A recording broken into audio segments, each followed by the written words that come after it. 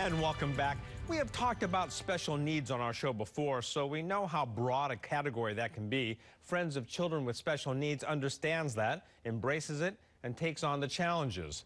Joining me are the husband and wife driving force behind the group, Dr. Albert Wang, the chairman of the board of directors, and Anna Wang, the co-founder and vice president of local programs and community relations. Thank you both for being here.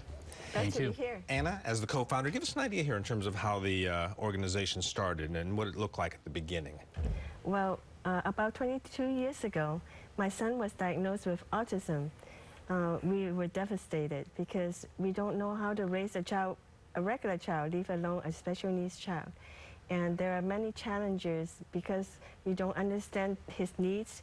And I cry almost every day, just trying to find ways and pray about ways to help him grow and into a wonderful person.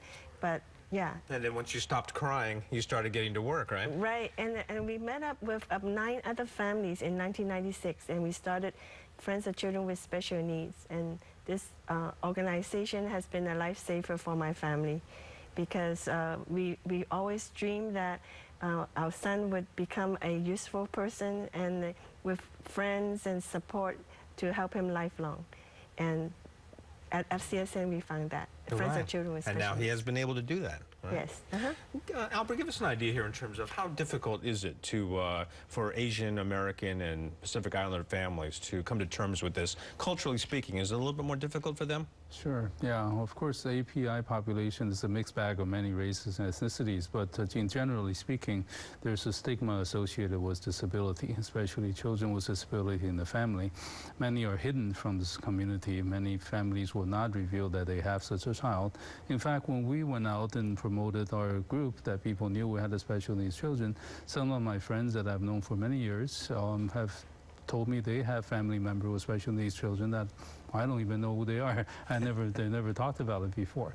So promoting this as a normal thing, that's actually normal to have a child with special needs. They have special needs, they have some disabilities, but they also have special abilities you need to discover. If you hide them at home and never give them the opportunity, they will never be able to do that. So I think it's very, very important for our community to recognize that these children are people just like any other children. Let them out, let them do what they can. And what are some of the, maybe the most important early steps that you walk families through and the children through at the beginning? I think because we went through this ourselves and with some difficulties, and even though we are both well educated, we have adequate resources of all kinds, family support, finances and all, it was still quite difficult for us.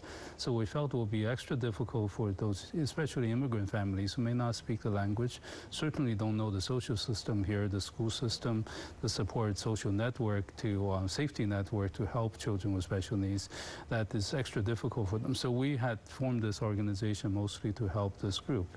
It's grown differently. Now we serve everybody, but back then was mostly a Chinese American immigrant group.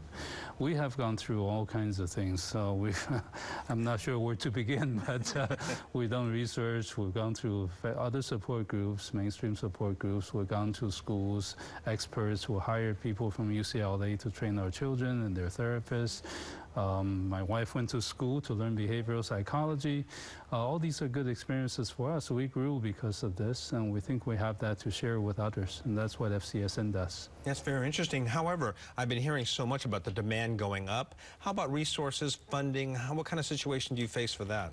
You know, in the past 15 years, the population doubled in the special needs community, but the 1/3 of the service providers helping individuals with special needs, they have to go out of business because of the funding cuts from the state. And now actually the governor did not restore any of the budget cuts, and so we just cannot afford to compete with other agencies and companies that pay a lot more for people who are helping individuals with special needs.